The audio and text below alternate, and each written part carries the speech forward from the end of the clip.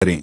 इस दिन शिवलिंग पर चढ़ाएं बेलपत्र बोले या बीज मंत्र, हर मनोकामना आपकी होगी पूरी। दोस्तों, आज इस वीडियो में बेलपत्र संबंधित हम आपको वहां जानकारियां देने जा रहे हैं जिसको अगर आप लोग प्राप्त कर लेते हैं और इन उपायों को अपने जीवन काल में अपना लेते हैं तो आपकी कोई मनोकामना हो वो जरूर पूर्ण होगी, क्योंकि भगवान भोलेनाथ को जो हम बेलपत्र चाहते हैं वो कोई साधारण बेलपत्र नहीं रह जाता है बल्कि साक्षात महादेव का प्रसाद बन जाता है। दोस्तों, आप अपने जीवन काल में कितना ही परेशान हो, कितनी बड़ी दिक्कत में हो, आपको एक बात जानना चाहिए कि अगर आपको भगवान भोलेनाथ का आशीर्वाद मिल गया तो आपकी कितनी बड़ी परेशानी हो वो हमेशा हमेशा के लिए खत्म हो जाएगी। इसलिए आप भी चाहते हैं कि आपके पूरे परिवार पर भगवान भोलेनाथ की कृपा बनी रहे तो कमेंट बॉक्स में तुरंत दें हर हर महादेव, ओम नमः शिवाय। और अभी तक आपने वीडियो लाइक नहीं किया है तो तुरंत ही वीडियो को लाइक कर दीजिए। दोस्तों, ध्यान रखिएगा, धर्मशास्त्र के अनुसार बेलपत्र 1 महीने तक बासी नहीं माना जाता है। इसका प्रयोग आप बार बार कर सकते हैं, जिसका मतलब ये है कि देखिए होता क्या है कि भारत के कई गांवों में, कई कस्बों में जहां शिवालय है वहां पर बेलपत्र इतनी आसानी से नहीं मिलता है, तो वहां पर लोग यही करते हैं कि भगवान भोलेनाथ को जो बेलपत्र चाहते हैं वो बार बार धोकर के चढ़ाते हैं। और ये गलत नहीं है, ऐसा आप भी कर सकते हैं। अगर आपके यहाँ बेलपत्र नहीं है तो दूसरा, भगवान भोलेनाथ को बेलपत्र चढ़ाने के पीछे एक बहुत बड़ी पौराणिक कथा है जो आपका जाना बहुत ज्यादा जरूरी है, क्योंकि समुद्र मंथन के दौरान कई चीजों के साथ जहर भी निकला था, जिसका जो जहर था वो पूरी पृथ्वी में फैलने लगा था। उसी वक्त शिवजी ने विष को अपनी कंठ में धारण कर लिया था, इसीलिए महादेव जी को नीलकंठ भी कहा जाता है। अब विष के प्रभाव से भगवान शंकर जी के शरीर का ताप बढ़ने लगा, जिसके वजह से आसपास का जो वातावरण था वह जलने लगा था। तो उस वक्त देवी देवताओं ने भगवान भोलेनाथ को बेलपत्र और पानी अर्पित किया था, जिसके बाद भगवान भोलेनाथ के शरीर की जो उत्पन्न गर्मी थी वह शांत होने लगी थी। उस दिन के बाद से बेलपत्र भगवान भोलेनाथ को चढ़ाने की परंपरा चली आ रही है।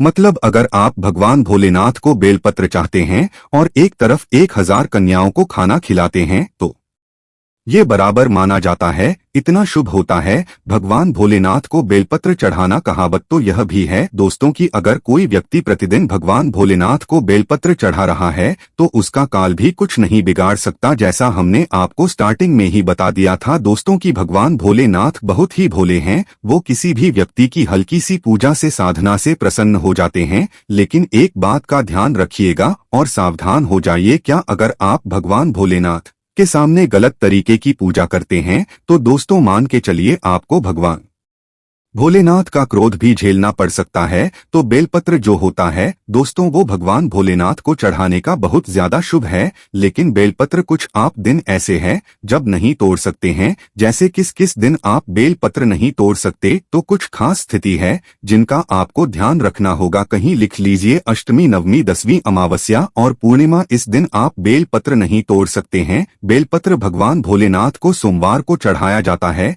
लेकिन सोमवार के दिन भी भगवान भोलेनाथ के लिए बेलपत्र नहीं तोड़ा था। बेलपत्र जब भी आपको तोड़ना हो तो रविवार के दिन तोड़ लीजिए और किसी भी सप्ताह के दोपहर के बाद आप बेलपत्र नहीं तोड़ सकते हैं। इन चीजों को आप लोग ध्यान रखिएगा, क्योंकि जो बेलपत्र का वृक्ष होता है इसमें माता पार्वती जी, भगवान भोलेनाथ और बेल वृक्ष की जड़ में भगवान ब्रह्म का वास होता है। इसलिए दोपहर के बाद इसके पत्ते या इसकी डंडी कभी भी नहीं तोड़नी चाहिए। दोस्तों, कुछ लोग क्या करते हैं कि बेल वृक्ष की लकड़ियां जलाते हैं। दोस्तों, आज एक बात ध्यान रखिएगा, कभी भी बेल वृक्ष की लकड़ियों को किसी भी स्थिति में नहीं जलाना चाहिए, ये बहुत अशुभ होता है। इससे आप अपने घर पर दरिद्रता को न्योता देते हैं। ये बातें आपको कहीं भी जानने को नहीं मिलेंगे जो आज आपको हम बताने जा रहे हैं। यकीन मानिए दोस्तों, आपने बेलपत्र के वहां उपाय कर लिए जो आपको हम बताने जा रहे हैं। आपके घर में सुख समृद्धि का वास होगा। आपके जीवन काल में जो धन आना बंद हो गया था उसका आगमन वापस से चालू हो जाएगा। आपके घर जो घर के बच्चे हैं वो विद्वान बन जाएंगे। आप अगर किसी रोग की वजह से बहुत परेशान थे, टूट चुके थे, इलाज करा के तो उस तरीके के रोग से आपको छुट्टी मिल जाएगी। दोस्तों, आखिर बेल वृक्ष और बेलपत्र की उत्पत्ति कैसे हुई थी? सबसे पहले तो आप ये जान लीजिए। देखिए, इस स्कंद पुराण के अनुसार पार्वती जी के कुछ पसीने मंत्राचल पर्वत पर जा गिरे थे, जहां से एक पौधा हुआ था जिसको बेल वृक्ष कहा जाता है, और बेल पत्र के हर पत्ते में भगवान भोलेनाथ का वास होता है। देखिए दोस्तों, होता क्या है कि शायद ये बात आपको ना पता हो कि एक के व्यक्ति के जीवन में जो भी परेशानियां आती है, बीमारियां आती है, रोग आते हैं, वो 3 तरीके के दोषों से आती है। वो कौन कौन से दोष है? वास्तुदोष, पितृदोष और का प्रदोष। ये 3 ऐसे दोष है जो आपके जीवन काल में परेशानियों का भंडार लगा सकते हैं। लेकिन हिंदू पुराणों में साफ साफ कहा गया है, प्रतिदिन कोई व्यक्ति बेलपत्र खा रहा है तो उसको इस प्रकार के दोष लग ही नहीं सकते। और प्रतिदिन ना छोड़ के अगर सप्ताह के सोमवार के दिन भी आप शिवलिंग पर चढ़ी बेलपत्र खाते हैं तो दोस्तों, पितृदोष, कप दोष और कोई भी दोष हो, वहां आपका एक कुछ भी नहीं बिगाड़ सकती। तो दोस्तों, अगर आप चाहते हैं कि आपके ऊपर महादेव का आशीर्वाद बना रहे, आपके ऊपर कभी कोई दोष ना लगे, तो आप लोग सोमवार के दिन बेलपत्र जो शिवलिंग पर चढ़ाई जाती है उसको जरूर खाया कीजिए। अब देखिए दोस्तों, मान लीजिए आपको रक्त संबंधित कोई बीमारी है, रक्त संबंधित कोई परेशानी है, दिक्कत है, तो आपको यह करना चाहिए कि 1 महीने तक लगातार बेलपत्र खाना चाहिए। अगर आप 1 महीने तक बेलपत्र खा रहे हैं तो ये साइनस की लैंग्वेज में भी कहा गया है कि ये बहुत ज्यादा फायदेमंद होती है। रक्त संबंधित जितनी भी परेशानी होती है वो खत्म हो जाती है। आप चाहते हैं कि आपका ब्लड प्योर हो जाए, आप चाहते हैं कि आपका जो रक्त एकदम साफ हो जाए, तो आपको बेलपत्र जरूर खाना चाहिए। शायद ये बात आपको ना पता हो, विदेशी लोग जो होते हैं दोस्तों, भारत से बेलपत्र ले जाते हैं क्योंकि विदेशों में बेल वृक्ष जल्दी उगता नहीं है। भारत से बड़ी मात्रा में बेलपत्र ले जाते हैं और अपनी दवाइयों में इसको डालते हैं। जो बड़ी बड़ी बीमारियां होती हैं, उनकी जो दवाइयां बनती है उसमें बेलपत्र का इस्तेमाल होता है। दुख की बात यह है दोस्तों कि विदेशी लोग जहां पर हमारे भारत की औषधि का इस्तेमाल करते हैं, हमारे जो लोग हैं, खुद के लोग हैं, उनमें सारी जानकारियां विलुप्त होती चली आ रही है। हमारे भारत भूमि पर ऐसे ऐसे पौधे उगते हैं जिसके बारे में कोई ध्यान नहीं देता है, और इसी का इस्तेमाल करके विदेशी लोग कितना आगे बढ़ जाते हैं। इसलिए दोस्तों, अगर आप लोग ऐसी प्राचीन जानकारी जानना चाहते हैं, पाना चाहते हैं, तो चैनल को सब्सक्राइब करना मत भूलिएगा। तो मान लीजिए दोस्तों, आपका दुर्भाग्य आपके पीछे पड़ गया है और आप टूट चुके हैं अपने दुर्भाग्य की वजह से। देखिए होता क्या है दोस्तों, हमारे जीवन काल में जो दुर्भाग्य हमारे पीछे पड़ जाता है, तो हम किसी भी कार्य को करेंगे, काम को करेंगे, वो पूर्ण हो ही नहीं सकता। आप कितनी मेहनत कर लीजिए, परिश्रम कर लीजिए, आपको उसका फल मिल ही नहीं सकता। तो ऐसे में आपको क्या करना चाहिए? हिंदू पुराण के हिसाब से एक बहुत ही आसान तरीका बताया गया है, जिसका आप बेलपत्र के तरीके से करते हैं तो मान के चलिए आपकी हर परेशानी, कष्ट हमेशा के लिए खत्म हो जाएगी। आपका दुर्भाग्य आपका पीछा छोड़ देगा। आपको 3 हफ्ते लगातार ध्यान दीजिएगा। 3 हफ्ते लगातार हर सोमवार को किसी भी शिवालय जाकर के बेलपत्र 7 बजे से पहले चढ़ा देना है। अगर आप इतना करते हैं, ओम नमः शिवाय का जाप 1001 बार करते हैं, 3 हफ्ते के बाद आपका जो दुर्भाग्य होगा वो भाग्य में बदल जाएगा। ये बहुत सरल से उपाय दोस्तों, यह उपाय करके आप अपने जीवन काल की कई तरह की परेशानियों को समाप्त कर सकते हैं। दूसरा, मान लीजिए दोस्तों कि ऐसा हो रहा है कि आपकी नौकरी नहीं लग रही है, आप नौकरी के लिए बहुत परेशान हो चुके हैं, टूट चुके हैं, तो ऐसे में आपको क्या करना चाहिए? देखिए, जो क्रिया साधना हम आपको ये अगर आपने कर लिया तो आपकी नौकरी लगना तय है। हम ये नहीं कह रहे हैं कि आप नौकरी की तैयारी नहीं कर रहे हैं, आपकी नौकरी लग जाएगी। हम ये कह रहे हैं